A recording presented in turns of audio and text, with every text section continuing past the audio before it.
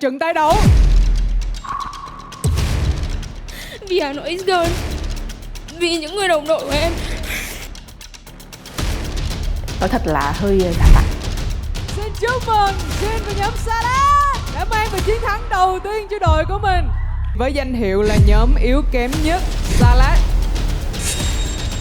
Nhóm giành chiến thắng chung cuộc tại trận đấu này là nhóm SS Warrior. Xin chúc mừng. Nhiệm vụ cấp bậc. Chúc mừng em, chúc mừng em là em chắc chắn là chọn chị Jin. Chị nha. Ok, 1, 2, 3.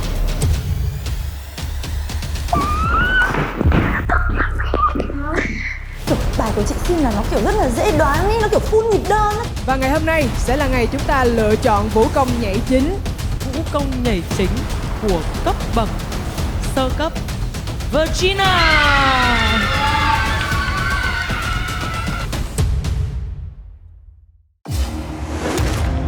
Chúng ta đã tìm ra được vũ công nhảy chính đầu tiên.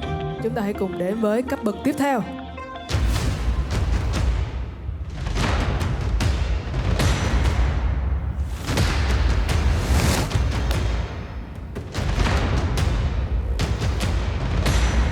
Cấp bậc phó nhóm. Tất cả mình ôm. Lên ôm. Lên ra. Lên ra. Ai ra.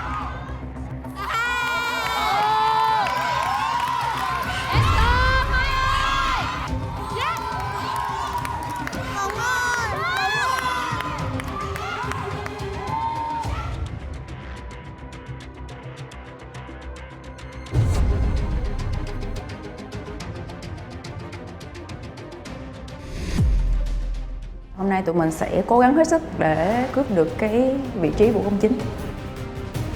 Lúc nhận bài nhạc mình đã biết cuộc đua này mình không dành cho mình rồi.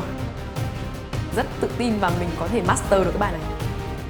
Đúng rồi, em chỉ đứng trước màn hình điện thoại thì chắc là chị nghĩ em quen thế. Thực sự là chưa bao giờ mình nhìn thấy Mây dựng bài cả. Chắc là có lẽ đây là lần đầu tiên mà bạn ý được dựng bài. Hoàn hảo. Yeah, chị hay. Bài của chị có thể khiến cho mọi người tò mò về em nhảy đấy. Mình rất là tự tin. Sẽ phải là mang hết mình, chiến hết mình, gọi là dùng hết tất cả những vũ khí mà Kirby có. 봉플레이방님 같은 경우는 이제 최종 후보까지 올랐다고 돼 있는데 왜 본인의 안무가 채택이 안 되었는지 혹시 어떻게 생각하나요? Đây là một bài nhạc thật sự là ngược với style của mình. Lúc nhận bài nhạc mình đã biết cuộc đua này mình không dành cho mình rồi.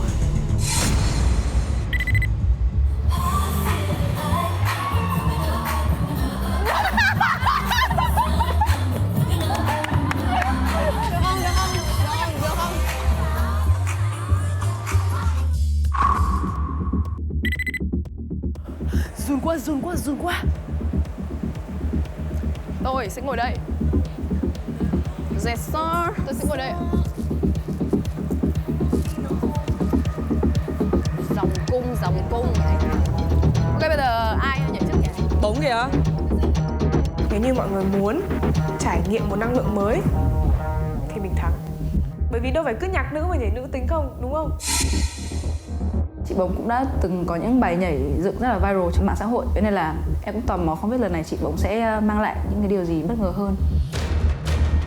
Mình biết là cái bài nhạc này sẽ không phải là gu của em ý, mà mình rất là hóng xem là em Bống sẽ làm được gì. Chờ ngày mãi rồi.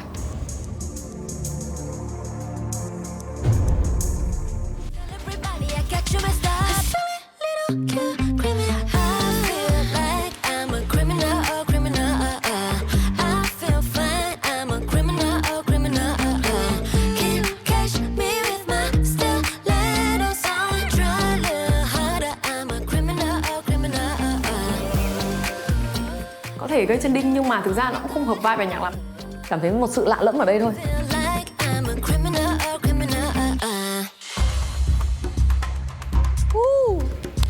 Một thổi làn sóng mới thổi vào đây.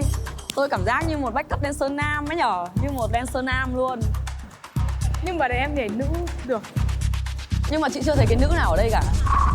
Em đang nhảy cho em thôi. Em nhảy cho em á? Thế em thử một lần nữa nhưng mà nữ hơn được không? Ok, one more time nhá. One more time nữ hơn nhá.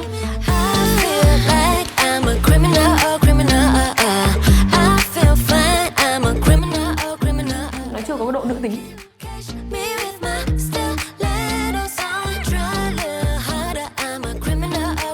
Chưa thấy được hẳn cái sự nữ tính ở trong đó.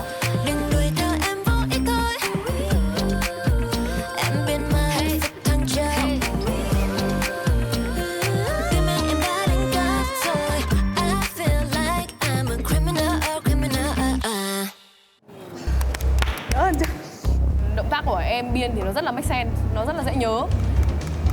Nhưng mà cảm giác là kiểu nó không để mà kiểu mình xóa hay là mình đã thì nó chưa. Nó đang bị nhỏ đối với chị, và chị không thể bung được trong cái bài này. Giống như khi mà chị nghe nhạc cái feel nó đã. Chị cũng có ý kiến với cả chị Bailey. Nó chưa có cái động tác kiểu ý là rộng hẳn ra. Mình đang bị hơi hẹp ở đây. Cả cái khoảng cách mà em Biên ấy chỉ rộng trên để cho đủ bằng cái màn hình điện thoại của em ấy, nó có thể xem hết được em nhảy cái gì thôi. Nhưng mà nếu không cần phải di chuyển. Đúng rồi, em chỉ đứng trước màn hình điện thoại thì chắc là chị nghĩ em quen thế. Sau lần này mà mình thấy Mai nhảy bài mình qua điện thoại thì Cho em xin nhạc. Ami thì là một cái người nhảy có thể nói là máu nhất. Máu. Nhìn đường ngoài nhảy là cũng đáng gờm đấy. Amy là một cái tên có thể trở thành lead hoặc có thể làm tốt lead hơn Đỗ Linh.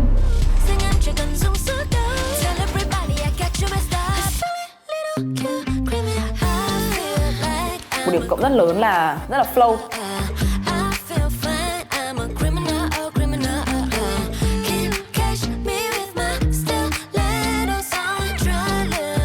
Nó bị rộng quá và nó cũng không có điểm nhấn. Chị cảm nhận là nó thứ nhất là nhiều động tác, thứ hai là về cái lyric á, nó kiểu em nhảy theo cái flow của em thôi, nhưng mà còn cái lyric á thì nó không liên quan.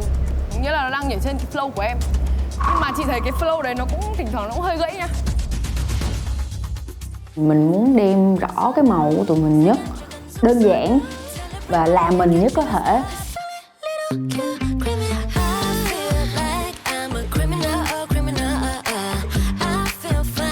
Vũ đạo của chị thiên về hip hop, rất là thuần hip hop.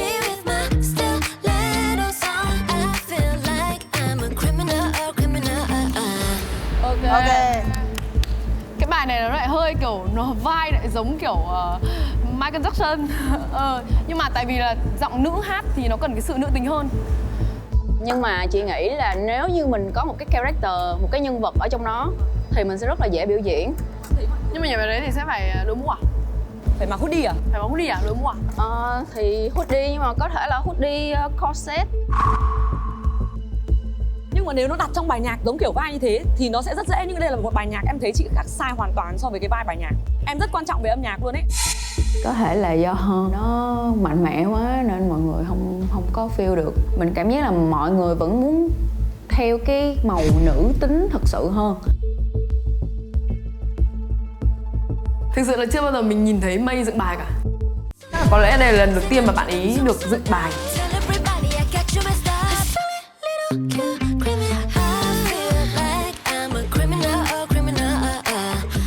Kỹ thuật của May nó vẫn hơi yếu.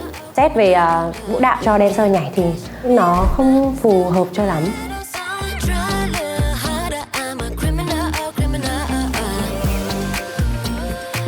Cũng dễ hiểu rằng chị May này không phải là một dancer, huống chi là một biên đạo.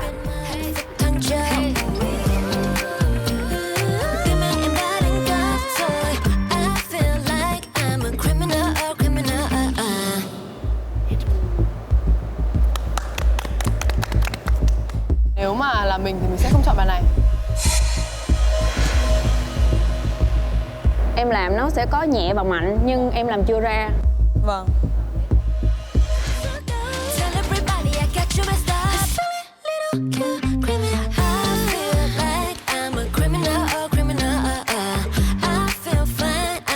Có khi nhưng mà nó quá dày.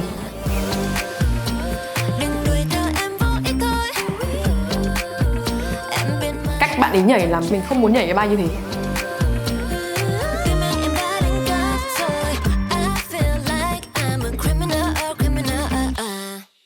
Mình biên cái vai của mình thì ra, nhưng mà nếu mà xét về bố cục thì nó đang khá là đều, với lại có một số đoạn nó sẽ gồng và xem cảm giác không được thoải mái. Nó đang bị hồi hộp quá. Đúng rồi. Đang bị hồi hộp quá. Có thể đây là một cái hook thì chắc chắn là những cái chỗ khác mình sẽ lơi ra, nhưng mà cái hook này đang kiểu nhiều nhưng mà suy nghĩ một lúc thì lại thấy nó hợp, thế nên chị mới bảo là nó đủ. Vì bài nhạc nó cũng chỉ có trong khoảng Hoặc thôi bằng thì đấy, em đúng cũng rồi, chỉ đúng muốn rồi. cho Đủ nhất có thể. đủ nhất có thể. Let's go. Đây ạ. Đối thủ dè chừng nhất là chị Cộ. Cổ sẽ là cái đối thủ đến gần.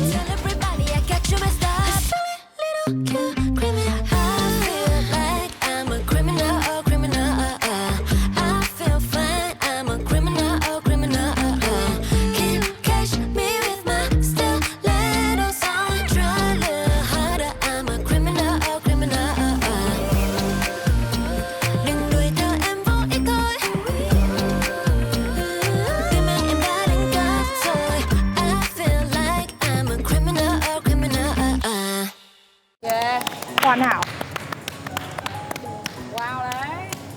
Yeah, chị hay.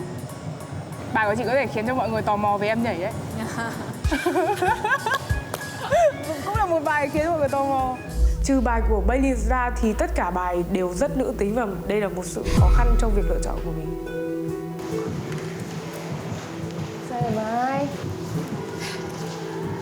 Trong 6 người thì bọn em là có 3 đứa được bầu nhiều nhất là có em, có Cộ và Bống. Bóng được chọn luôn hả? Tưởng bóng không ấy nhưng mà cũng ghê đấy. Bóng nằm trong diện đường vote đấy. Nào! Không được. Bài của Chloe á. Kimino.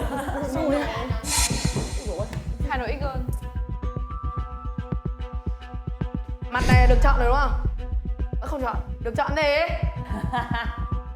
Được chọn đi. Không. Được chọn.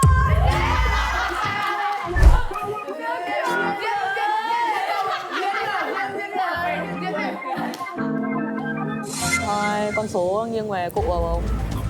Nhưng mà Bống chỉ bị một cái là động tác nhỏ quá, nó chỉ dừng lại ở cái khoảng cách là màn hình điện thoại thôi. Em cũng thấy thế.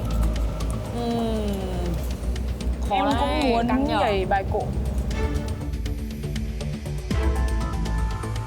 Hả? Em muốn nhảy bài Cộ. Em muốn nhảy bài của Cụ à? Chắc chắn là mọi người sẽ làm tốt, thật rất tốt của bài của em, chắc chắn luôn. Nào Cộ nào 1, 2, Cộ 1, 2, 3. 1, 2, 3. Cảm ơn mọi người rất nhiều. Bài mình biên mà cho nên là mình cảm thấy là mình rất tự tin và mình có thể master được cái bài này. Nhảy một bài nữ tính như vậy mình nói thật là mình hơi ngại.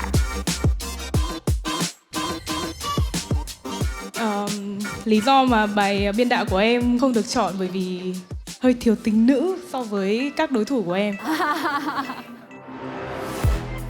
Em cảm thấy mình cần phải luyện tập cái tính nữ này để chứng minh cho mọi người là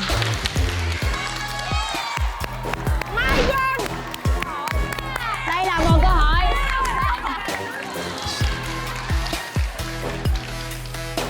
Đây sẽ là lúc chúng ta tuyển chọn vũ công nhảy chính của nữ hoàng vũ đạo đường phố ở cấp bậc tranh tài, cấp bậc phó nhóm. Ok, về kinh nghiệm nhảy, về biên đạo chắc chắn là hơn, nhưng có những cái không thể hơn được Bayane đâu. Như là thần thái đấy. Không có chuyện vũ đạo mình bị cướp đâu, thật sự. Chưa thi chưa biết, làm hết sức thôi. Sẵn sàng nhá. Ready? Fight!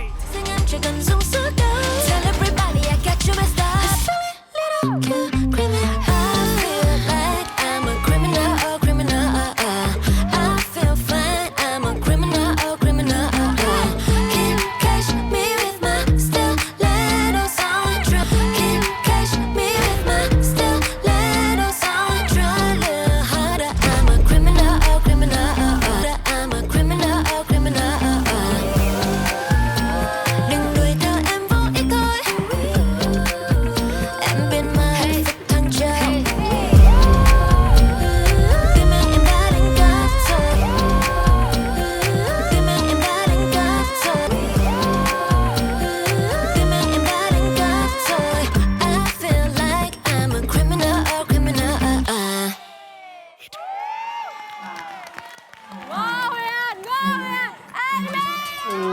rất muốn lên sàn đấu để cướp được vũ đạo của chị Cộ.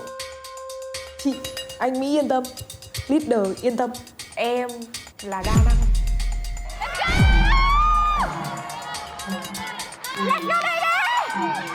Tôi muốn mang đến cho mọi người cái sự năng lượng từ động tác cho tới khuôn mặt.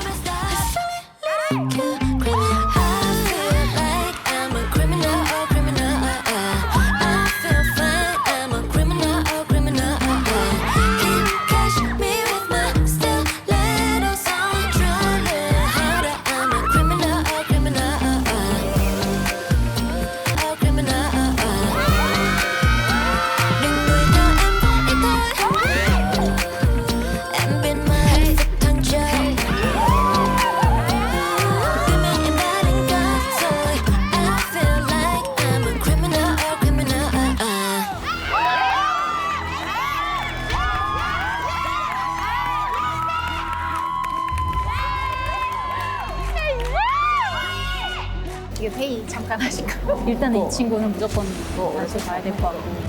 근데 em vote cho bạn. 사실 저는 픽스긴 한데 see one more time 한 번 더 보면은 좋을 것 같긴 해서 오케이. Bóng ơi, bắt bóng hắt đó, mặt bóng căng ấy. Trời ơi. 세 분의 댄서분을 한 번씩 더 보고 싶다고 저희가 회의를 했고요. 네, 한 번 더 보고 싶은 댄서분들은 하노이 걸스의 클로이, 하노이 걸스의 클로이, 그리고 SS 워리어즈의 발리애니즈, 그리고 마지막으로 FED의 꼬, FED의 꼬. 이렇게 세 분만 한 번씩 더 보도록 할게요.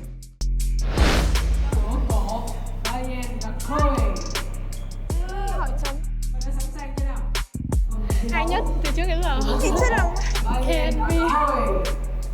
Quyết định này thì là được thống nhất từ cả ba giám khảo. Đối với Diệp Lâm Anh nhá, Diệp Lâm Anh cũng thích bóng Playbank, là chị thấy em rất cố gắng.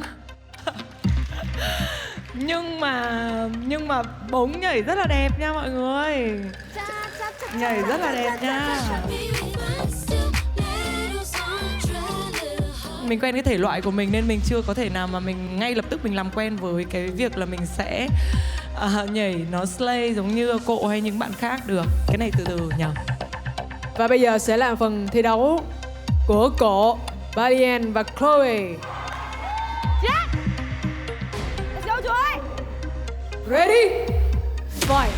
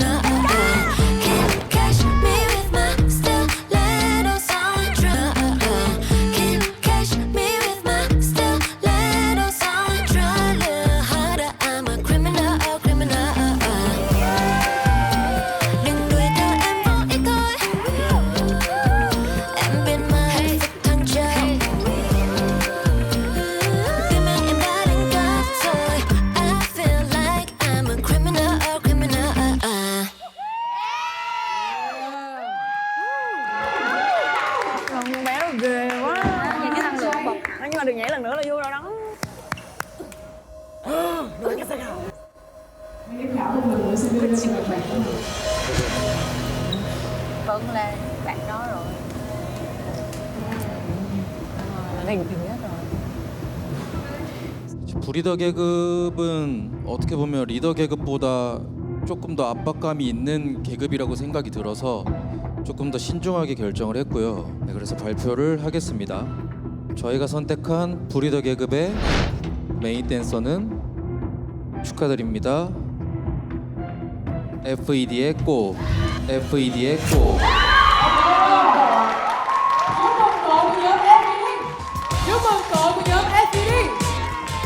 Em đã an toàn giữ lại được vũ đạo của mình và trở thành vũ công nghệ chính của các bậc phối nhóm.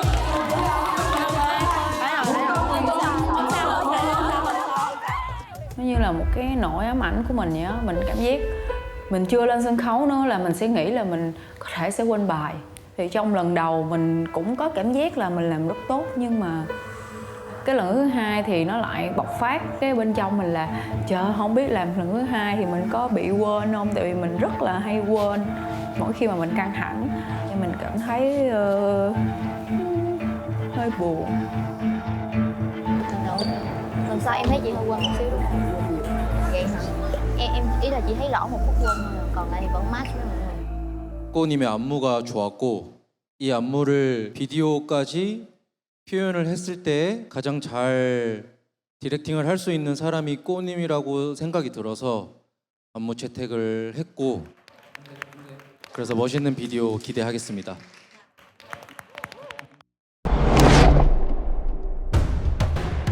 Vâng, chúng ta hãy cùng đến với cấp bậc tiếp theo.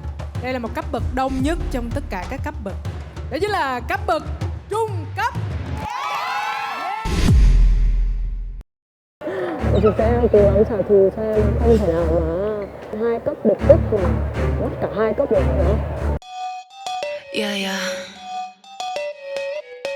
Không thấy nhảy nhiều cho lắm và cũng không thấy những cái động lại. Có nghĩa bọn em chỉ nhớ đến những cái nhấn thôi. Em nghĩ là những cái nhấn mới là cái mà mình muốn mọi người nhớ. Em thấy khá là ok. Nhưng bài quá nhiều kỹ thuật, Mel không thể nào mà kill được cái đó. Vũ đạo được chọn chưa chắc đã là vũ đạo hay nhất. Có thể những cái đoạn đấy mọi người đều có thể sáng tạo. Thuyết phục đấy nhờ. Thuyết phục đấy nhờ.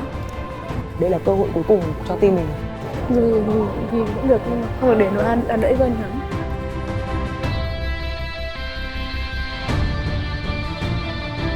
Vũ công chính phải là chúng tôi. Chị tự tin 90% luôn. Tụi mình sẽ giành được main dancer.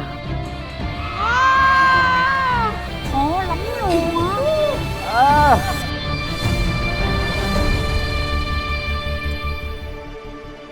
Bài hát phù hợp cho cấp bậc trung cấp. Xin mời Ref, Mỹ. Điều mà mình tự tin trong cái nhiệm vụ cấp bậc này là sự mới mẻ và cái màu sắc mà của mình với Linh Lê sẽ mang lại. Khi mà làm việc chung với chị Ki thì chúng mình sẽ có rất nhiều đề tài và nhiều thứ để khai thác cùng với nhau hơn. Mình tự đến nhau cũng được, mình tự nhớ nhạc cũng được. Này. Tê tê tê tê tê tê tê tê tê. 7.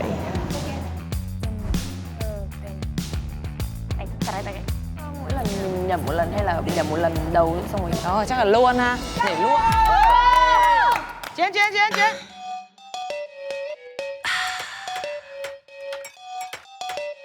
Breathe in, breathe out, inhale, exhale, blow out. Anh hãy nhớ phải hít thở sâu vào. Em là oxy, em theo đến từ tế bào. Sẽ là người làm anh phải Quá là căng và dồn dập, nó đòi hỏi thể lực khá là nhiều. nhu cầu tại số 1 chỉ một chút, anh cũng không thể nào mà thiếu được. Một lúc ta lại càng đến gần hơn và nhiệt độ phòng nơi đây cũng cứ lớn dần lên. Lấp đầy tâm trí, yeah, em sẽ lấp đầy tâm trí. Thở oxy không khí trong lành nâng cao thể chất và tâm lý. Nghĩa là một người nhảy nhiều này, xong một người nhảy rất là đều, năng lượng cũng đồng đều luôn. Cái sự mà kết hợp của hai người nó giống chị em sinh đôi lắm. Yeah, Yên thích cái phần biên đạo này. Hơi tiếc cái đoạn đầu mà từng bị lơi lâu quá. Chị nghĩ là mọi người có ý đồ ấy, mọi người để ví dụ bài mọi người được chọn ở đấy, mọi người sẽ cho một người freestyle chẳng hạn, ví dụ thế ha, đúng không ạ? Đúng không? Giấu vậy cũng biết hả? Yeah.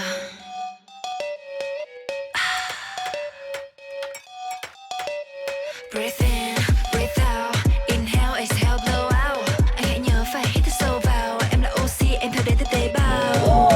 Sẽ là người làm anh phải ngất ngây, mà thiếu em rồi là anh sẽ ngất ngay. Cho tới nhu cầu tại số 1 chỉ một chút, anh cũng không thể nào mà thiếu được. Một lúc ta lại càng đến gần hơn và nhiệt độ phòng nơi đây cũng cứ lớn dần lên. Lấp đầy tâm trí, yeah, em sẽ lấp đầy tâm trí. Thở oxy không khí trong lành nâng cao thể chất và tâm lý. Tất cả những gì em nhớ đến là cái việc tương tác kiểu tổ hợp chung ấy. Cần phải có tổ hợp chung. Đúng không? Không thấy nhảy nhiều cho lắm và cũng không thấy những cái động lại. Có nghĩa bọn em chỉ nhớ đến những cái nhấn thôi. Em nghĩ là những cái nhấn mới là cái mà mình muốn mọi người nhớ. Em thấy khá là ok. Nhưng bài quá nhiều kỹ thuật, hơi khó để mà Mel có thể cướp được động tác của mình. Yeah, yeah.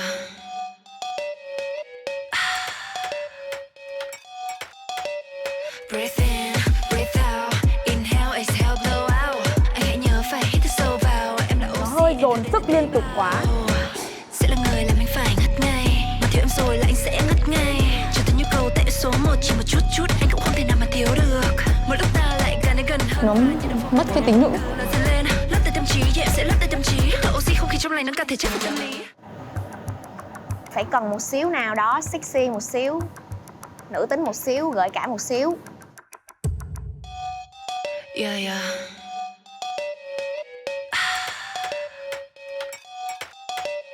Breathe in, breathe out. Inhale, exhale, blow out. Anh hãy nhớ phải hít thật sâu vào. Em là oxy, em theo đến từ tế bào. Hơi yếu so với cái base của nhạc. Nó có cái sự nữ tính ở trong đó nhưng mà nó không có cái độ chiến. Thiếu được. Một lúc ta lại càng đến gần hơn và nhiệt độ phòng nơi đây cũng cứ lớn dần lên. Lấp đầy tâm trí, yeah, sẽ lấp đầy tâm trí. Thở oxy không khí trong lành nâng cao thể chất và tâm lý. Nó bị dễ đoán quá.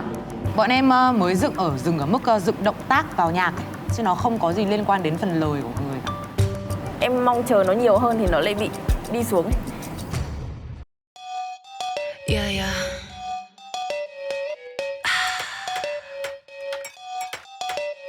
Breathe in, breathe out. Inhale, exhale, blow out. Anh hãy nhớ phải hít thật sâu vào. Em là oxy, em theo đến từ tế bào. Sẽ là người làm anh phải ngất ngay. Mà thiếu em rồi là anh sẽ ngất ngay.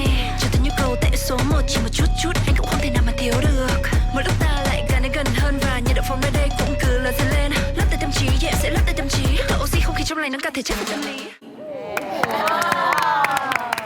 Mel thực sự thích nhưng mà nếu như để Mel chọn cái vibe này á thì Mel sẽ không chọn, tại vì có phần lắc đích á thì Mel không thể nào mà kill được cái đó. Phần intro nó đang rất là hút, phần chuyển động của mọi người ấy nó rất là đẹp nhưng mà nó thiếu cái sự bùng nổ.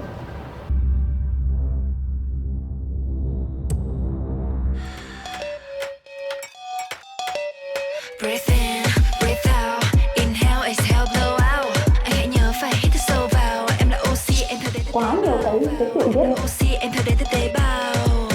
Sẽ là người làm anh phải ngất ngay. Mà thiếu em rồi. Bài này khá là đầy đủ. Nhu cầu tại số 1 chỉ một chút chút anh cũng không thể nào mà thiếu được. Một lúc ta lại càng đến gần hơn và nhiệt độ phòng nơi đây cũng cứ lớn dần lên. Lấp đầy tâm trí, yeah, sẽ lấp đầy tâm trí. Thở oxy không khí trong lành nâng cao thể chất và tâm lý. Vừa có nắm vừa có thả, vừa có những cái động tác nó chi tiết. Thế nhưng mà để mà cho em chọn em chắc không chọn đâu, nhiều chi tiết quá. Không, bài này động tác dễ lắm luôn á. Động tác quá dễ. Mình cũng nên bàn với nhau để chọn ra một bài mà kiểu để cái nhóm của mình cũng có thể nổi bật trong chương trình nữa ấy. Về cái động tác mà lắc mông, và nếu mà mọi người chọn bài của bọn em được chọn thì ai không biết lắc em sẽ dạy lắc bằng được thì thôi, em hứa. Em nghĩ là nếu mà mọi người chọn bài của bọn em, Nó quá là dễ dàng cho mọi người. Nếu mà mọi người lấy bài của em thì những cái đoạn mà bọn em có thể là vừa nãy mình bảo là chưa được tương tác nhiều lắm thì có thể những cái đoạn đấy mọi người đều có thể sáng tạo cái đấy của mọi người. Nó là cũng thêm cái cơ hội để mọi người không bị quá là copy theo cái bài này nếu như mà mọi người đấy. Theo cái Mọi người chọn một cái bài dễ mà mọi người không được add các động tác khác vào bài, không có được free luôn. Vô cái mình không có fix đúng cái vị trí, không có đúng cái nhạc đó vào cái lời đó, người biên đạo cảm thấy không được tôn trọng lắm. Muốn là mình dựng như thế nào thì mình dạy như thế đó, mình không có sửa. Nếu không chọn được thì bỏ phiếu.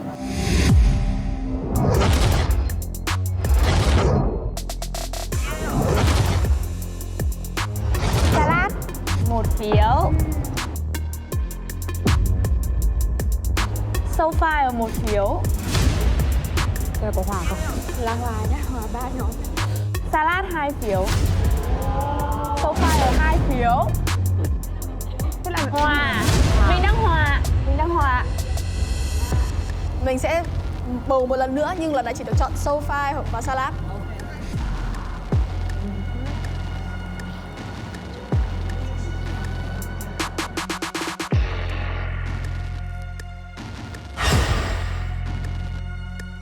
Soulfire 1 phiếu. Soulfire 2 phiếu. Soulfire 3 phiếu.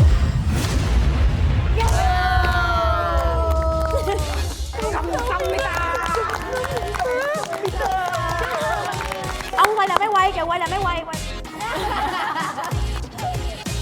Vũ đạo được chọn chưa chắc đã là vũ đạo hay nhất. Chắc là mọi người cũng nghĩ đây là một bài có thể dễ dàng cướp được về tay mình chăng, nên là mọi người cuối cùng đã vote cho Soulfire. Đấy là bài mình ít yêu thích nhất. Mình vẫn luôn cảm thấy bức bối với cái bài lần này. Nói chung là mình nó không ăn vào người. Xin mời tất cả các bạn vũ công của cấp bậc trung cấp lên sân khấu ạ. Được không bạn? Mèo chuột. Chị sẽ cố gắng trả thù xem. Vũ công nhảy chính của cấp bậc sơ cấp Virginia.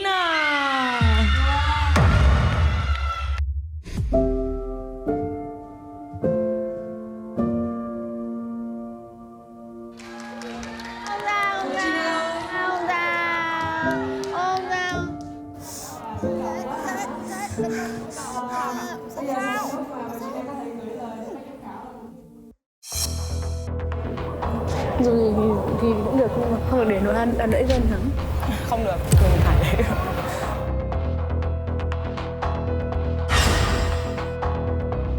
Và ngay bây giờ, tôi nghĩ là tất cả mọi người chúng ta đã sẵn sàng để thể bước vào phần thi đấu của các vũ công ở cấp bậc trung cấp. Let's go! Và cũng giống như hai cấp bậc vừa rồi, chỉ có khác lần này chúng ta sẽ có 3 lượt nhảy. Mọi người đã sẵn sàng chưa nào? Hãy cùng tìm ra vũ công giỏi nhất của cấp bậc trung cấp. Ready?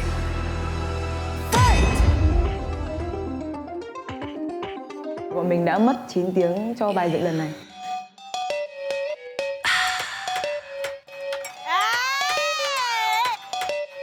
Breathe in, breathe out, inhale, exhale, blow out. Anh hãy nhớ phải hít thở sâu vào. Em là oxy, em theo đến từ tế bào. Sẽ là người làm anh phải ngất ngay, anh ngất ngay. Mà thiếu em rồi là anh sẽ ngất ngay, mà thiếu em rồi là anh sẽ ngất ngay. Cho tới nhu cầu tại số 1 chỉ một chút chút, anh cũng không thể nào mà thiếu được. Một lúc ta lại càng đến gần hơn và nhiệt độ phòng nơi đây cũng cứ lớn dần lên. Lấp đầy tâm trí, yeah, em sẽ lấp đầy tâm trí. Thở oxy không khí trong lành nâng cao thể chất và tâm lý.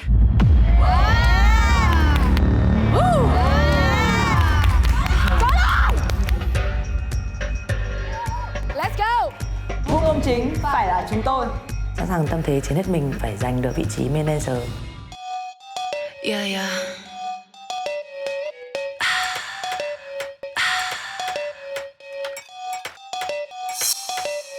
Breathe in, breathe out, inhale, exhale, blow out. Anh hãy nhớ phải hít thở sâu vào. Em là oxy, em theo đến từ tế bào. Sẽ là người làm anh phải ngất ngay, mà thiếu em rồi là anh sẽ ngất ngay. Cho tới nhu cầu tại số 1 chỉ một chút chút, anh cũng không thể nào mà thiếu được. Một lúc ta lại càng đến gần hơn và nhiệt độ phòng nơi đây cũng cứ lớn dần lên. Lấp đầy tâm trí, yeah, em sẽ lấp đầy tâm trí. Thở oxy không khí trong lành nâng cao thể chất và tâm lý.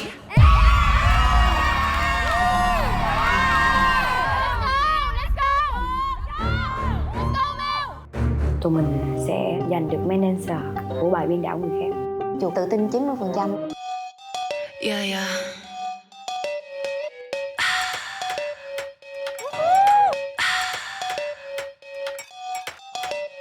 Breathe in, breathe out, inhale, exhale, blow out. Anh hãy nhớ phải hít thở sâu vào. Em là oxy, em theo đến từ tế bào. Sẽ là người làm anh phải ngất ngay, sẽ là người làm anh phải ngất ngay. Mà thiếu em rồi là anh sẽ ngất ngay. Cho tới nhu cầu tại số 1 chỉ một chút chút, anh cũng không thể nào mà thiếu được. Một lúc ta lại càng đến gần hơn và nhiệt độ phòng nơi đây cũng cứ lớn dần lên. Lấp đầy tâm trí, yeah, em sẽ lấp đầy tâm trí. Thở oxy không khí trong lành nâng cao thể chất và tâm lý.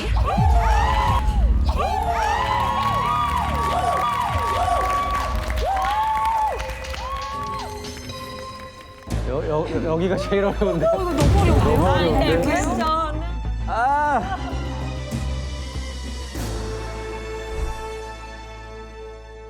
하나 궁금한 게 있는데 그 인트로가 모든 팀이 다 다르거든요. 이게 원래는 같은 안무로 다 같이 해야 평가를 할 수 있는 건데 이 인트로를 바꾸라고 소파이어가 그렇게 만들어도 된다고 해준 건지 아니면은 그냥 임의로 각 팀이 바꾼 건지가 좀 궁금한데요.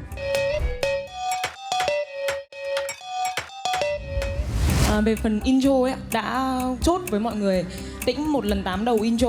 Và sau 1 lần 8 đấy là bọn em có thể tương tác với nhau. Tương tác kiểu xinh đẹp, nhẹ nhàng, đó, một cái gì đó. Chứ không phải là concept, con số các thứ này kia. Đấy là em đã nói cái rõ ràng rồi. Không phải ạ, không phải ạ. Không phải. Nói rõ ra đi em ơi.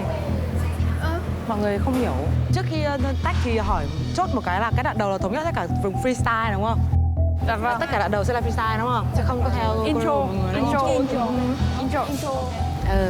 Bài của Survivor thì mình cũng có nhận xét là có hơi thiếu sự tương tác giữa hai người và nó cũng mất cái đặc trưng của nhóm trung cấp là có 2 người cùng nhảy và 2 bạn là chọn là nhảy đều. Thì bây giờ intro là cũng chốt như các bạn sáng nay rồi chưa ạ? Thì mình sẽ gọi là Pow 1 lần 8. 2 lần 8 thì sao bạn? 1 thôi. Rồi đến lần 8 tiếp theo thì đấy tương tác. Đấy, làm gì là đấy tương tác xong rồi bắt đầu build từ cái này. Được chưa ạ? Thì tùy mọi người muốn tương tác kiểu gì thì tùy mọi người. Đó, nhưng mà nó phải theo cái flow đấy. Thân là một người đang giảng dạy ấy, tự dưng bị nói leo ấy. Thực ra cái vấn đề nó cũng không tránh khỏi được nên là mình cũng sẽ không để bụng và không trách móc gì cái việc đấy nhá. Bởi vì khi mà học sinh không hiểu là học sinh cần phải hỏi. Mọi người có thể trong cái 1 lần 8 mọi người pow này mọi người có thể tương tác một cái dáng gì đấy, dị gì đấy hoặc là tùy nhá. Miễn là 1 lần 8 là không làm gì cả. Pow, tĩnh. Ok. Đó, còn lần 8 tiếp theo bắt đầu tương tác nhìn nhau. Tương tác nhìn nhau. Có những cái đoạn mà bọn mình muốn sửa nhưng bọn mình muốn bí mật nó thì bọn mình phải tém lại. Tương tác nhìn nhau đi lên suy đấy xong rồi đi vào.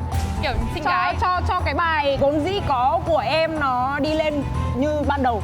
Dạ. Ok. Chốt. Phần intro ngày hôm qua em đã nói nguyên văn như này là Tĩnh 1 lần 8 đầu và mọi người có thể vào concept và sau đó mọi người sẽ được phép tương tác với nhau. Về tương tác ở đây thì mọi người có thể freestyle nhưng mà vẫn phải tương tác với nhau. Đấy ạ. Đúng không ạ? Thì là đúng rồi, là ok. Thì là được sáng tạo rồi. 소파이어가 앞에 각 팀의 프리스타일을 하는 게 본인들이 더 돋보일 수 있었던 전략이라고 생각을 해서 한 거라면은 저는 사실 전략 실패라고 좀 생각이 들고요. 지금 이 개그 미션이 메인 댄서가 되고 안무가 채택이 되는 것도 굉장히 중요하지만 이후에 이제 여러분들이 비디오를 디렉팅을 해야 된단 말이에요. Nếu như mà bọn em được làm main dancer thì cái việc intro đấy thì bọn em sẽ phải cần thêm thời gian để bọn em nghĩ thêm. Vì phần intro đối với em ấy nó rất là quan trọng. Nhưng mà lần này đây là mình đang thi vũ đạo và cái phần này, phần nhảy rất quan trọng ấy ạ. Em dựng cái phần hook này nó rất là căng và nó đang đi lên dần. Thì nếu như đối bản thân em cảm thấy là intro nếu như quá căng và nó quá nhiều màu sắc ấy thì cái phần nhảy nó sẽ bị chìm xuống. Đấy là cá nhân em cảm thấy thế. Nghĩa là cái phần intro á, thật ra là có nhiều cái lỗ hổng để những team khác có thể nhìn vô mấy cái đó mà chơi theo cái chiến lược của mình. Nếu mà hai bạn chốt như vậy thật sự là đúng là rất là bất lợi cho cái người mà để làm ra cái vũ đạo chính đó. Thật ra là nó cũng không phải là lỗ hổng hay kẽ hở gì, là chỉ đơn giản là họ để cho mình được sáng tạo thì mình phải chấp cái cơ hội đó chứ. Hôm nay cho Harry hỏi là nhóm Salad, Mel với Mouse Kings hôm nay có vẻ hai bạn không có ổn. Cảm giác vậy.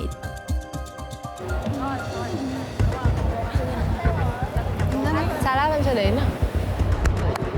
Ủa? Cái bên kia sao vậy? Không biết nữa, chắc gặp sự cố gì hay sao ta? Không biết. Đang trộn salad à? Chắc là đang trộn salad. Bắt độ. À đây rồi. Vừa nói xong. Wow, celeb đã đến.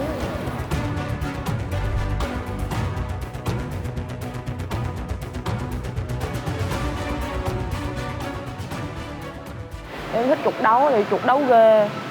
Thì bây giờ em tập bài cũng ghê, em đấu không ghê, em muốn đấu lại chuột đâu. Thì chuột cũng phải nghĩ những cái chiều hướng ngược lại chứ. Chị thấy bả cứ đeo tai nghe ôm một mình thì ok, chị để cho chỉ ôm một mình. Chị nói là, thì chị cũng hỏi là sao rồi chuột, thì bả kêu là chị muốn tập để chị hiểu cái bài đó. Thì rồi giờ bả hiểu chưa? Nếu không hiểu thì bả có thể nói chị. Bả bị sao á, ý là tính của chuột rất là cái tôi luôn á. Nói gì nói luôn đi. Không nói cứ im đúng không? Thì rất là khó chịu á. Thật ra đó, sợ nhất là mình không nói chuyện với nhau thôi.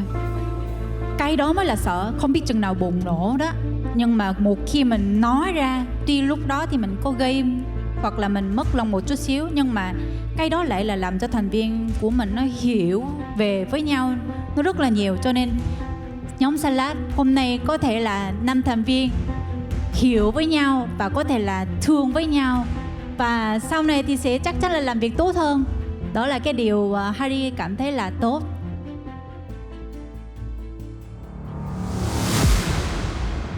Bây giờ ba người mình thì muốn xem lại 4 nhóm diễn lại. Đầu tiên là nhóm Sophia và Hà Nội X-Girls. Đấy, dạy intro đi chị em ơi. Nhóm tiếp theo sẽ là FED và Oops.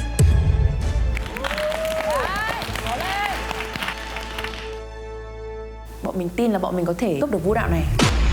Chúng mình đến đây để giỏi hơn. Ready, fight! Yeah, yeah.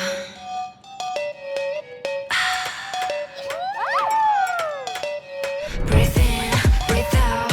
Inhale, exhale, blow out. Anh hãy nhớ phải hít thật sâu vào. Em là oxy, em theo đến từ tế bào. Sẽ là người làm anh phải ngất ngây. Mà thiếu em rồi là anh sẽ ngất ngay. Trở thành nhu cầu tại số 1 chỉ một chút. Anh cũng không thể nào mà thiếu được. Một lúc ta lại càng đến gần hơn. Và nhiệt độ phòng nơi đây cũng cứ lớn dần lên. Lấp tới tâm trí, yeah, em sẽ lấp tới tâm trí. Và oxy không khí trong lành nó cả thể chất chân lý.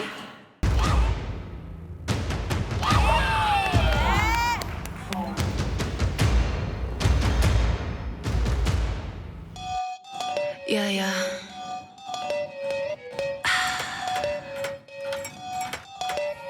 Breathe in, breathe out. Inhale, exhale, blow out. Hãy nhớ phải hít thật sâu vào. Oxy em theo đến từ tế bào. Sẽ là người làm anh phải ngất ngây. Mà thiếu em rồi là anh sẽ ngất ngay. Trở thành nhu cầu tại số 1 chỉ một chút. Anh cũng không thể nào mà thiếu được. Một lúc ta lại càng đến gần hơn. Và nhiệt độ phòng nơi đây cũng cứ lớn dần lên. Lấp tới tâm trí, yeah, sẽ lấp tới tâm trí. Và oxy không khí trong lành nó cả thể chất chân lý.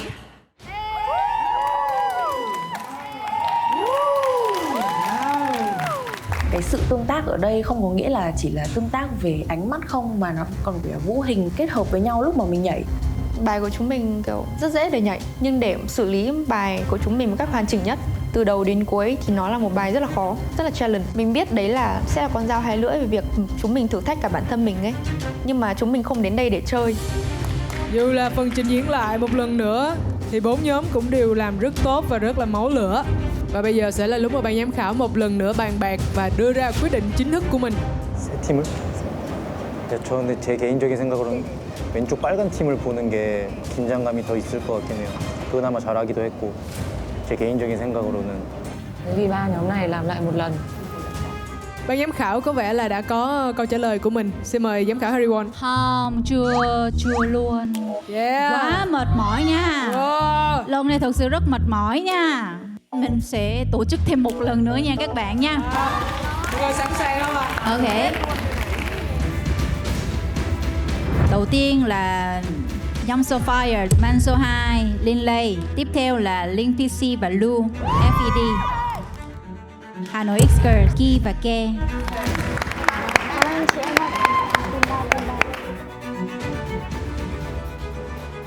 Thể hiện hết sức mình một lần nữa để chúng ta có thể giành được vị trí vũ công nhảy chính của cấp bậc trung cấp. Tương tác về nhảy nó sẽ làm cho bài nhảy ấn tượng hơn. Xem bài Hà Nội X-Girls có nghĩa mình sẽ không nhìn thấy động tác nhảy ở đâu cả. Đây là cơ hội cuối cùng cho team mình. Ready? Fight! Yeah, yeah.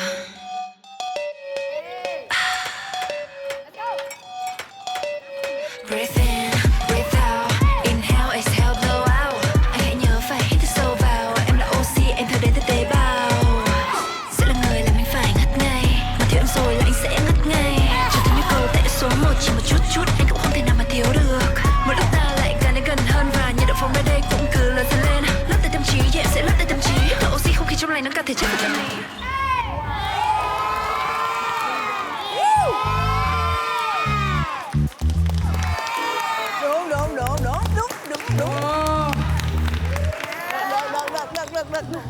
Em thấy tại sao ban giám khảo cứ tự làm khó bản thân mình vậy?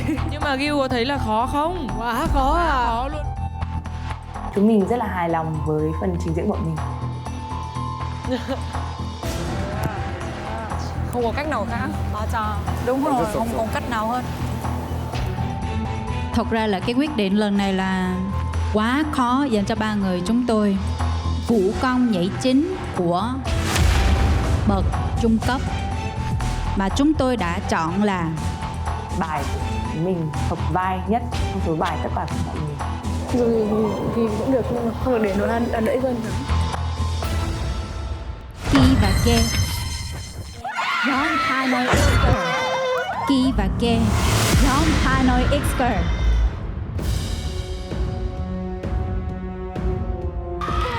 Xin chúc mừng Vũ Công, Ki and Ke của Hà Nội X-Girl. Wow, Hà Nội thắng 2 trận. 일단 굉장히 안무가 좋았어요. 이런 좋은 안무를 창작한 소파이어 팀에게 그 안무가로서의 능력을 굉장히 높이 사고, 근데 이게 차라리 채택이 안 된 것보다 채택이 됐을 때 뺏겼을 때가 정말 그게 더 자존심 상하거든요. 그래서 그 분노를 비디오에서 멋있게 잘 보여주셨으면 좋겠습니다. 하노이 걸스는 벌써 메인 댄서를 2번이나 지금 가져가고 있는 팀인데 계속 눈길을 가게끔 하는 뭔가가 굉장히 크게 작용을 하고 있어서 기운을 잘 가지고 비디오도 멋있게 잘 만들면은 굉장히 기대를 가질 것 같습니다. Vui mình vui nhiều luôn.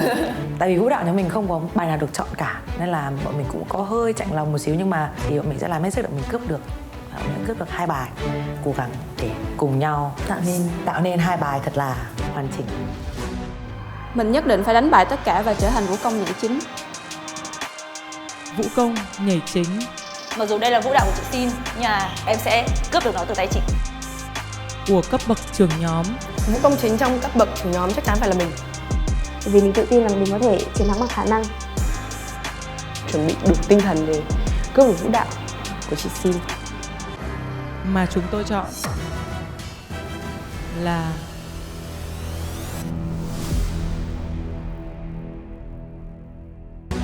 Như vậy hiện tại là nhóm Hà Nội X-Girls đang chiếm ưu thế. Vậy thì ở cấp bậc trưởng nhóm, ai sẽ trở thành vũ công chính đây ạ? Xin mời các trưởng nhóm của các nhóm lên sân khấu đi ạ.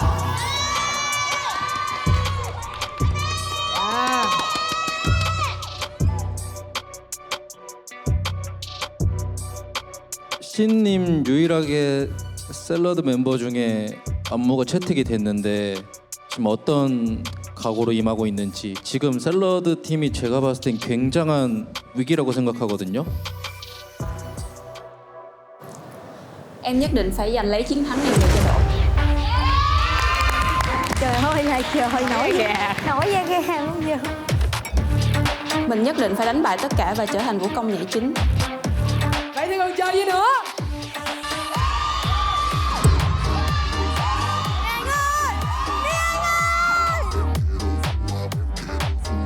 Thi nha. Yes, ready?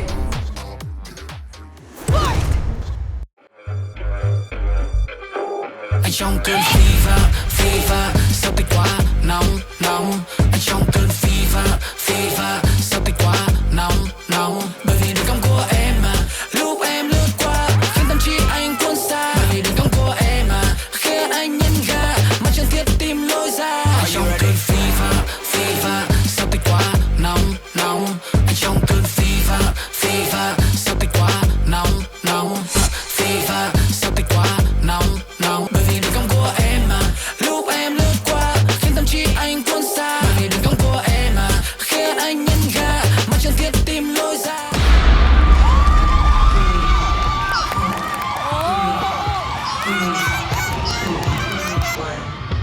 Mặc dù đây là vũ đạo của chị Xin, nhưng mà em sẽ cướp được nó từ tay chị. Đã chuẩn bị tinh thần để cướp được vũ đạo của chị Xin. Vũ công chính trong cấp bậc trưởng nhóm chắc chắn phải là mình. Anh trong cơn fever, sao tay quá nóng. Anh trong cơn fever, sao tay quá nóng. Bởi vì đường cong của em mà lúc em lướt qua khiến tâm trí anh cuốn xa. Bởi vì đường cong của em mà khiến anh nhấn ga mà chẳng thiết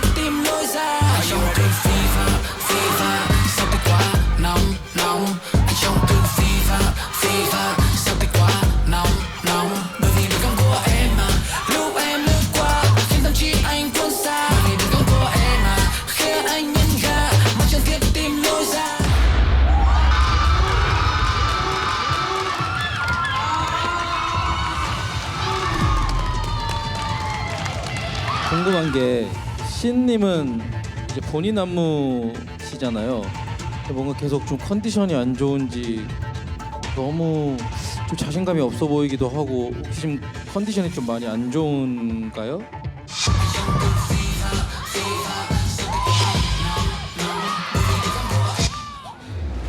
Dạ, thú thật thì trước khi thi vòng này thì em rất là tự tin và em đã chuẩn bị mang chiến thắng về. Nhưng mà sau đó nhóm em có gặp một trục trặc về hai thành viên. Em không hiểu tính chuột luôn á. Bả cứ con nít vậy hoài đi. Chị nghĩ là nó lo quá thôi. Cả hai người đang bị lo quá. Chứ thật ra là hôm qua chị thấy lúc mà tụi em kiểu tập kiểu ôm với nhau bài này á, chị thấy nó vẫn ok. Nghĩa là nhiều khi tại vì cái tâm lý mình muốn thắng nhiều quá, nó bị ảnh hưởng tới cái tinh thần của mình á. Còn như hôm qua tụi em chỉ là ôn bài, chỉ là làm sao để cho thuộc bài thôi, thì nhìn nó lại thấy thoải mái thôi. Mà nhìn hai người nó lại match với nhau.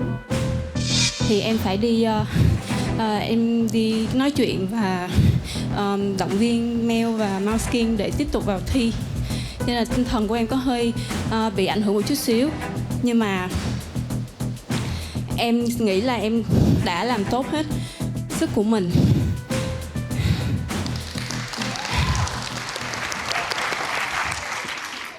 어떻게 생각하세요? 저는 이 친구도 한번 꼭 이 친구 너무 잘해가지고 Thế thì mỗi người chọn một người, bây giờ 3 người nhá. Chọn lại là em chọn bạn này. 저도 이 친구. 그러면은 다 보는 건데. Ở phần thi đấu lại này, ai là làm cho ban giám khảo của chúng ta có ấn tượng? Giám khảo muốn coi lại thì có Sin và Đỗ Linh. Chúng ta sẽ tái đấu theo cặp. Anh Mỹ và Envy.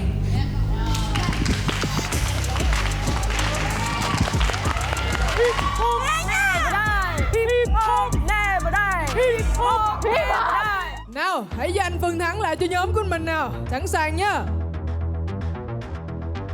Cấp bậc trưởng nhóm. Ready? Fight.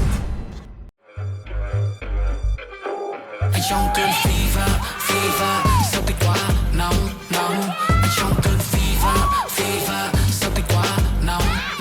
Bởi vì đường cong của em mà lúc em lướt qua khiến tâm trí anh cuốn xa. Bởi vì đường cong của em mà khiến anh nhân ga mà chẳng thiết tìm lối ra. Anh trong cơn fever, sao tay quá nóng. Anh trong cơn fever, sao tay quá nóng. Bởi vì đường cong của em mà lúc em lướt qua khiến tâm trí anh cuốn xa. Bởi vì đường cong của em mà khiến anh nhân ga mà chẳng thiết tìm lối ra.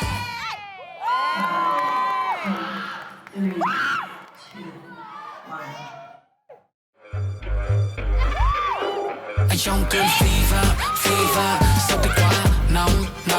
Anh trong cơn fever, sao tay quá nóng. Bởi vì đường cong của em mà lúc em lướt qua khiến tâm trí anh cuốn xa. Bởi vì đường cong của em mà khiến anh nhân ga mà chẳng thiết tìm lối ra. Anh trong cơn fever, sao tay quá nóng. Anh trong cơn fever, sao tay quá nóng. Bởi vì đường cong của em mà lúc em lướt qua khiến tâm trí anh cuốn xa. Bởi vì đường cong của em mà khiến anh nhân ga mà chẳng thiết tìm lối ra.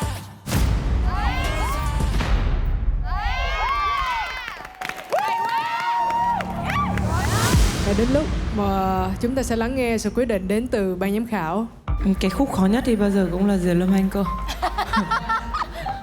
Nó cũng là một cái cấp bậc khó để quyết định đối với ban giám khảo.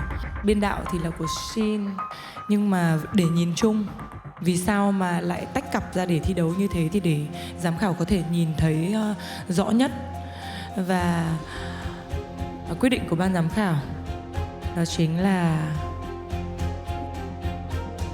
vũ công nhảy chính của cấp bậc trưởng nhóm mà chúng tôi chọn là Mình lúc mà mình nhảy xong thì mình tự tin.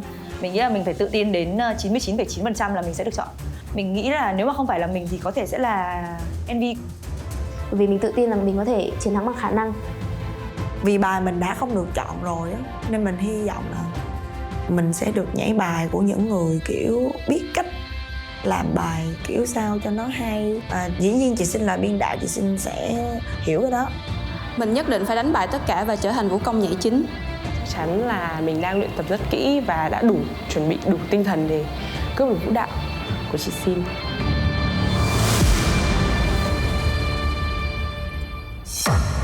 Vũ công nhảy chính của cấp bậc trưởng nhóm mà chúng tôi chọn là Đỗ Linh. Đỗ Linh. Wow. Chúc mừng trưởng nhóm Đỗ Linh của nhóm Út.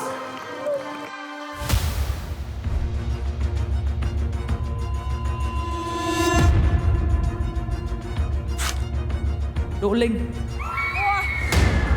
Thật luôn. Đỗ Linh. Nhạt quá. Mình không hiểu sao vũ công Đỗ Linh có thể giành được spotlight cái lần này, và mình hoàn toàn là không phục. Bạn ấy vẫn xứng đáng nha, bạn ấy vẫn xứng đáng. Nhưng mà để thực sự để mà gọi là để bọn mình phải phục ấy thì bọn mình chưa phục.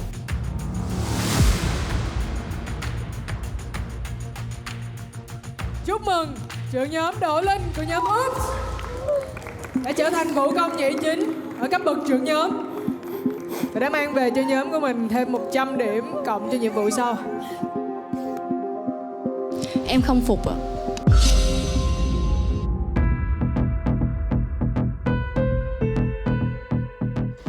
Tại vì đây là vũ đạo của em không phục. Em muốn tái đấu. Muốn tái đấu làm gì nữa, vì em vừa mới nhảy với chị mà. Đỗ Linh, Harry lúc nào cũng cảm thấy là năng lượng của em hơi nhỏ so với các trưởng nhóm khác. Nhưng mà lần này năng lượng của em với lại biểu cảm của em với lại những cái múa mà em biết đẩy mạnh và đẩy nhẹ, có lúc thì nóng kiểu là nóng bực bội, nhưng lại sau đó thì lại là nóng kiểu như là sexy một chút xíu. Tức là Đỗ Linh đã phân tích từng khúc và biết làm sao cho nó thay đổi, nó lên xuống chứ không phải là một màu như vậy. Và mình đã thấy được cái năng lượng đó, cho nên Harry phải buộc chọn Đỗ Linh. Nhưng mà ở đây Diệp Lâm Anh phải nói thật, vì đây là vũ đạo của em cho nên nó giống như là thói quen của em rồi. Em giơ tay nó là như thế, giơ chân nó là như thế. Nhưng mà quan trọng ở đây nó là cái thần thái ngày hôm nay thì lại giật về phía bên Đỗ Linh nhiều hơn. Bạn ấy thể hiện được cái phần biên đạo của em rất là tốt luôn. Chính là Đỗ Linh là thể hiện phần biên đạo của Sin rất là tốt luôn. Tại vì sao? Mình có nghiên cứu chị Sin rồi. Mình có xem ở cái lúc mà tập với nhau, mình đã xem chị Sin nhảy như nào rồi, mình xem rất kỹ. Mình quay clip lại, mình về mình xem chị nhảy rất kỹ. Bởi vì là muốn cướp được vũ đạo thì phải biết biên đạo nhảy như thế nào, để mình nắm bắt được là chị ý làm vũ đạo của chị như nào và mình có thể làm hơn được phần nào thì mình sẽ nhấn vào đấy.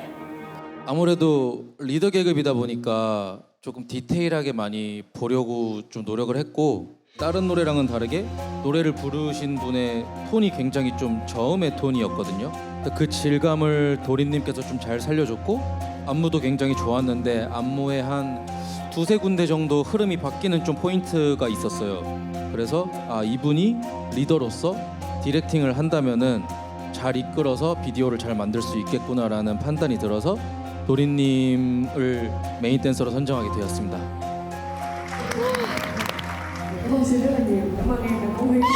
Ý kiến ạ. Em muốn ý kiến ạ. Em muốn nói gì? Mời em.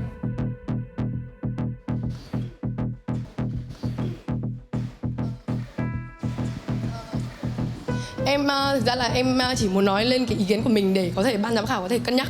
Tại vì khi mà bọn em chọn một cái bài biên đạo để bọn em nhảy thì bạn Đỗ Linh là người đầu tiên bỏ cuộc với cái bài biên của bạn ý. Bạn ấy không thuyết phục một ai nhảy bài của bạn ý.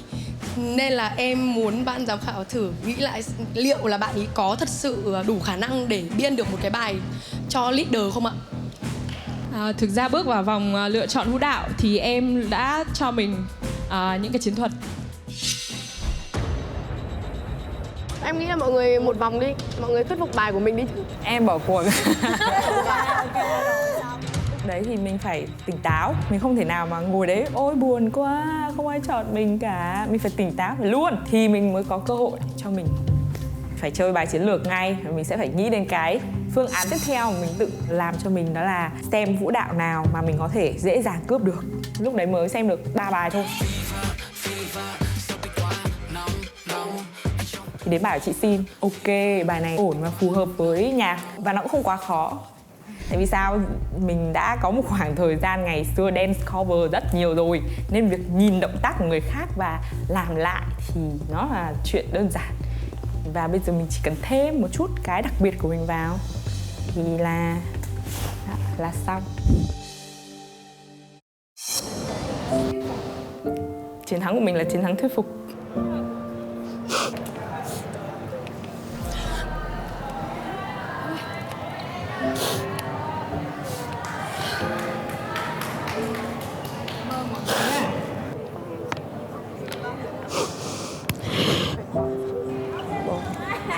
Em đang mong đợi chị làm một quả trái cháy.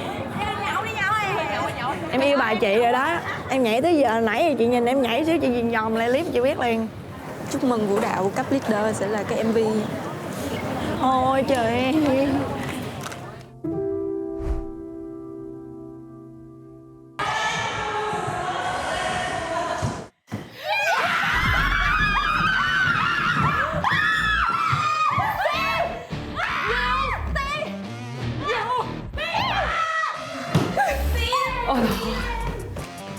Má ơi, mệt quá.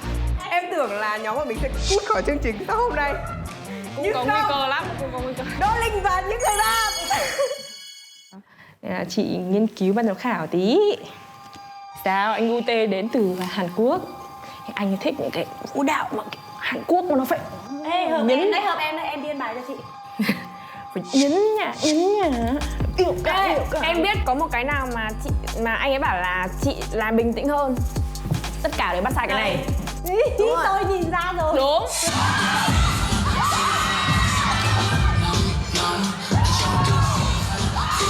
Cả cái lúc xuống nữa, cái lúc Đúng xuống rồi, lúc xuống cái này. mọi người cứ như thế này, nhưng mà chị giữ nguyên mọi người. Thật bài người ta vai rất là sexy, rất và là kiểu hút. Chứ không phải là Đúng rồi. như kiểu ngáo ộp ấy. Ê trông ghê quá luôn. Lúc nãy kiểu bảo Đỗ Linh với mình kiểu mình kiểu Tất cả mọi người nhìn một tất cả người ta nhìn quanh, tất cả mọi người đều như này mà. Đỗ Linh. Đỗ Linh. Chúc mừng trưởng nhóm Đỗ Linh của nhóm Oops. Thề nghĩ đi nghĩ lại tiên cấp leader, cấp trưởng nhóm mà Đỗ Linh lead. Để chống mặt lên xem là con đường của Úp như nào, rất là tự tin. Thì phải tự tin thôi, ai chả phải tự tin. Nhưng mà nếu mà phải chọn, ví dụ đi. Nếu mà ấy thì mình nói chung mình không nghĩ là Đỗ Linh, không bao giờ mình nghĩ là Đỗ Linh luôn. 3 người kia ai cũng được, nhưng không phải là Đỗ Linh. Không phục. Nếu mọi người không respect mình thì thôi, không sao, mình vẫn respect người ta. Tại vì mình là một con người không chấp ai cả.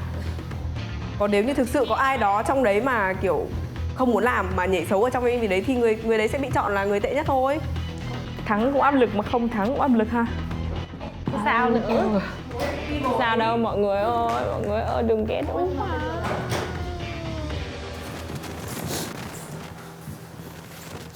Chị xin lỗi nhưng mà chị sẽ không thi nữa đâu. Chị nghĩ là tới đây thì em đã đủ để em làm truyền thông rồi. Đây là giới hạn của chị.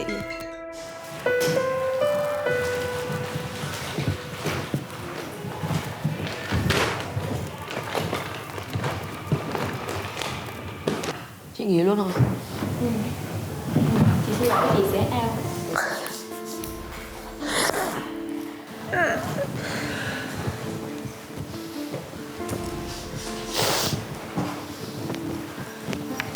Chị thật sự xin lỗi là đây là giới hạn của chị không thể tiếp tục được nữa.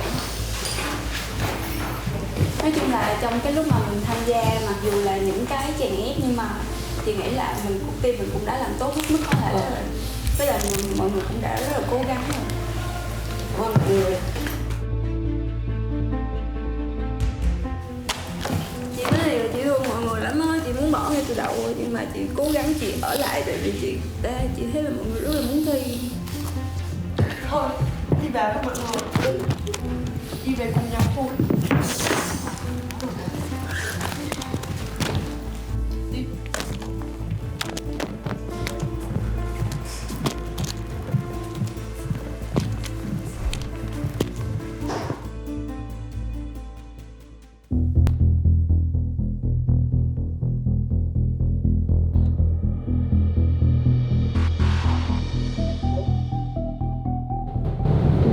Chị nói Ngọc là lúc mà công bố kết quả rồi và chị nhớ xong thì xuống rồi mà như thế nào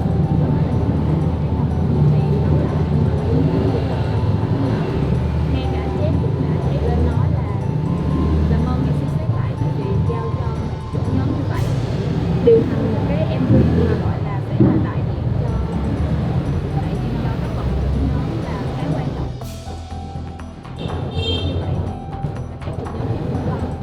Cho nên Chép mới nói là nếu Đỗ Linh là một người cố tình thể hiện là mình là một kẻ yếu kém để tới lúc đó Đỗ Linh bung thì Đỗ Linh quá và không xứng đáng là một chuyện nhóm. Tại vì chị nghĩ là đối với một nhóm thì phải nên thắng bằng đêm của mình chứ không phải là bằng cách lương lẹo hay là giả tạo.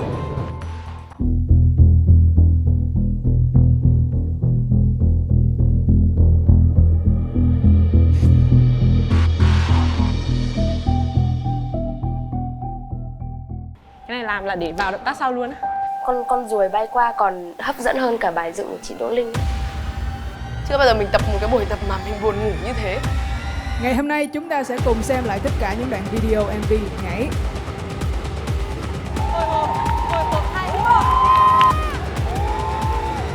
Em coi em gái mình. Không đủ tầm với một cấp gọi là cấp leader. Cái phần biên đạo của chị Sin cũng như là ekip đã gánh còng lưng cái MV này.